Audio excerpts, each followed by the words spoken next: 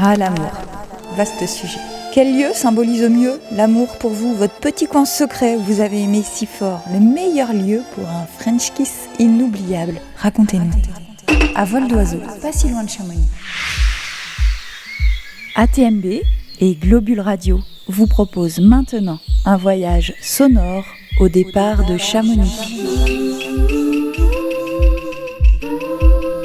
À vol d'oiseau.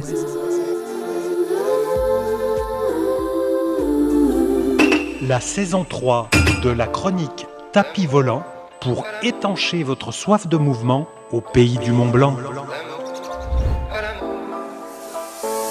Oh là là, tu me faisais une colle de ouf. J'ai envie de dire, dans tes rêves. Pour moi, c'est l'amour égale la liberté. Alors la liberté, plus on est en haut et plus on a moins de chaînes et plus on s'évade. Et l'amour, pour moi, c'est l'amour universel, pas forcément l'amour humain, et donc c'est plus en hauteur. La nature? Non, je sais pas. Non, en vrai, je dois pas être fleur bleue.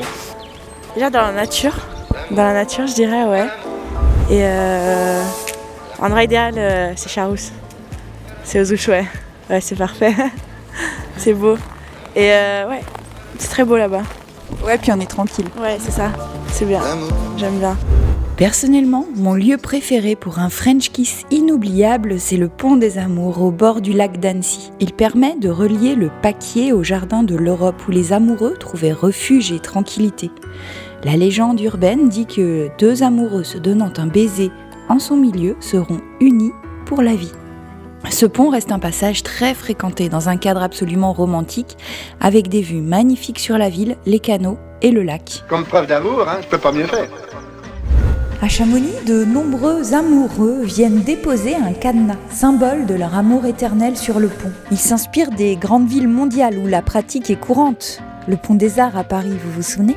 Les cadenas comportent parfois des noms de ceux qui les accrochent ou une autre inscription décrivant leur relation, comme la date de leur rencontre, de leur mariage ou de la pose du cadenas. Il est d'usage de jeter ensuite la clé dans l'arve qui coule en dessous.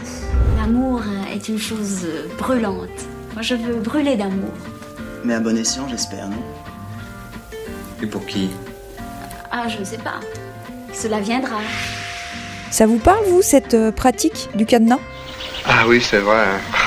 Elle est si sensible. C'est quoi la plus grande preuve d'amour pour vous ? Le Pont des Arts Chamonnières. Je trouve ça plutôt rigolo. Après, moi, la preuve d'amour, c'est de me réveiller tous les matins auprès de l'être que j'aime et puis de l'aimer de plus en plus chaque jour qui passe. Voilà, il n'y a pas besoin de plus. Après, c'est vrai que les petits cadenas, je trouve ça plutôt rigolo.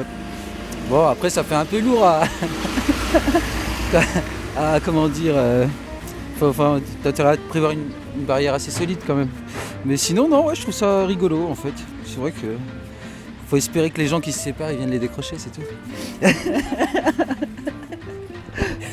Et ils n'ont plus la clé, ils l'ont jetée au fond de l'eau. Ah, en plus, moi je sais les ouvrir, pas de soucis. Moi j'aime bien, Ouais, c'est moi sympa. Ça fait longtemps qu'ils sont là. C'est quoi une preuve d'amour pour vous ? Ce serait faire passer la personne qu'on aime avant tout le reste. Enfin, pas un cadenas. Je mettrais pas ça, mais c'est sympa. Moi, j'aime bien le concept. Mais plutôt, faire passer la personne, le bonheur de la personne avant son bonheur.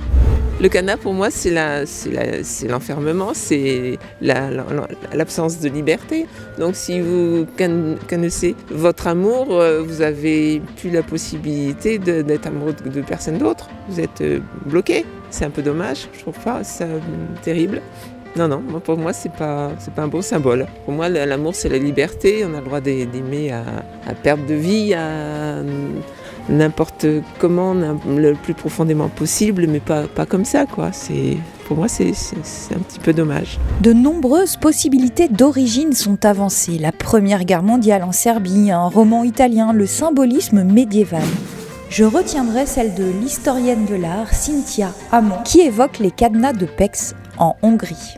Cette curieuse tradition date du début des années 80, quand les amoureux ont commencé à accrocher des cadenas sans aucune inscription à une palissade au centre de Pécs, lieu caractérisé par sa magnifique cathédrale et ses anciennes tombes chrétiennes.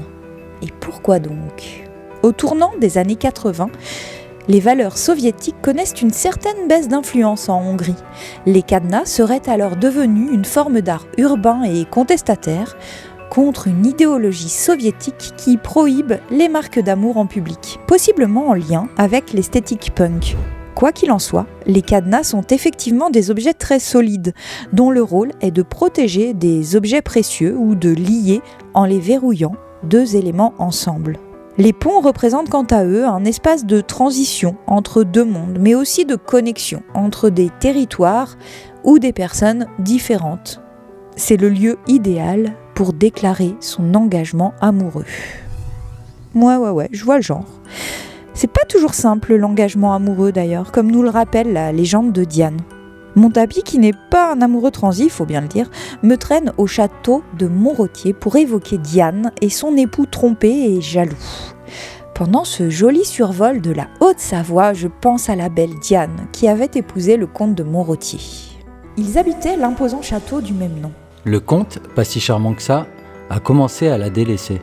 Un jour, alors que Diane se promenait autour du château, elle fait la rencontre d'un jeune homme tout joli, tout charmant, qui prend soin d'elle. Le comte de Montrottier, suspicieux à raison, chargea un jeune homme, un petit page, de surveiller Diane. Non. Le garçon, secrètement amoureux de la belle demoiselle, s'exécuta. Il surprit alors la belle Diane, enlacée dans les bras du comte de Pontvert, le rival de l'époux. Le petit page ne ressentit plus de l'amour, mais de la haine à l'égard de la demoiselle.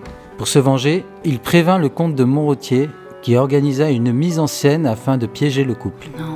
Non, c'est pas possible. Le comte de Pontvert prit alors la fuite à cheval. Le petit page, déterminé à le rattraper, s'accrocha fermement à la queue du destrier. Mais le cavalier le traîna jusqu'en dessus du fier et trancha la queue de son cheval. Le jeune homme chuta et disparut à l'endroit où se formèrent les gorges. Depuis ce temps-là, les habitants de la vallée entendent parfois des gémissements lointains surgir des gorges. Certains disent même qu'il s'agirait des lamentations du petit page qui regrette son amour perdu. Bon, c'est tristoun cette histoire, mon tapis. Et la jalousie tendre à vous. La jalousie est-elle forcément une composante de l'amour ? C'est ce que je me demande en reprenant l'A40 au niveau de Saint-Julien en Genevois. Vous êtes jaloux, vous ? Qu'avez-vous fait de plus nul par jalousie ? Mais moi, je suis pas du tout jalouse. Non, je ne suis pas une personne jalouse, donc j'ai pas fait de trucs nuls, je pense pas. Non. Le cadenas, pour moi, c'est une espèce de jalousie ou d'enfermement, justement. Tu m'appartiens et personne d'autre pourra te conquérir. Donc, un petit peu comme quand les chevaliers partaient dans les croisades et que les femmes avaient la ceinture de chasteté et elles seules avaient la clé, quoi. Ça veut dire quoi, ça ? C'était une espèce d'objet, la femme objet, la femme possession. Il n'y a que tu m'appartiens. Donc ça, c'est un peu nul. C'est une histoire de confiance, donc après s'il y a de la jalousie, je vois plus trop l'intérêt d'être ensemble. Je crois que j'ai jamais été jalouse, non. Je sais pas. Jamais eu de crise de jalousie ou de mal parler peut-être de la personne de qui je suis jalouse, mais sinon, non. Non. La jalousie, c'est un sentiment qu'on ne devrait pas avoir. Il faudrait tous sortir, c'est-à-dire qu'on n'a pas confiance en l'autre. À partir de ce moment-là, on n'est pas avec la bonne personne, je pense. Le truc le plus nul, c'est de me vénérer. Ouais. D'être fâché. Enfin, je vois pas après. En même temps, je suis seul tout à l'heure. L'amour, c'est une grande liberté, c'est de la confiance. L'amour, on le vit, on le cherche, on le trouve, on le perd, on l'espère. Oui, l'amour, oui, c'est ça, c'est un très bon exemple. Oui, l'amour mérite d'être sauvé.